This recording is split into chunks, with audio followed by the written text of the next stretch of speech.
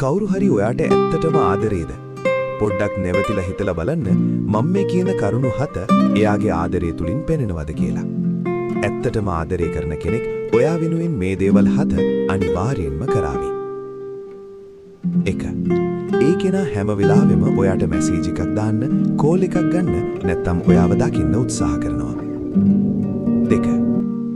ඔයා කොහෙද යන්නේ, කාත් එක්කද යන්නේ කියලා ඒ කෙනා හොයලා බලාවි. ඒ ඔයාව පාලනය කරන්න නෙවෙයි, ඔයා ගැන තියෙන සැලකිල්ල නිසා. 3. ඒ කෙනා කොච්චර කාර්යබහුල වුණත් ඔයා වෙනුවෙන් කාලය වෙන් කරන්න කවදාවත් අමතක කරන්නේ නැහැ.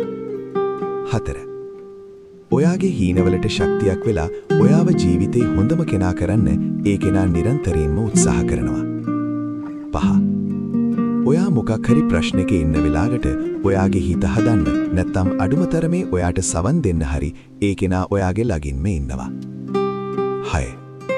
තමන්ගේ හිතවත්තුන්ට සහ පවුලේ අයට ඔයාම හඳුන්වා දෙන්න ඒ කෙනා ඉන්නේ ලොකු ආඩම්බරයකින්.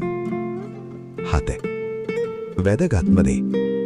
ඔයාගේ ජීවිතේ සතුටේදී වගේම දුකේදීත් ඔයා වැටෙන හැම මොහොතකම ඔයාගේ අත නොහැර ඒ කෙනා ඔයා ළඟම ඉන්නවා.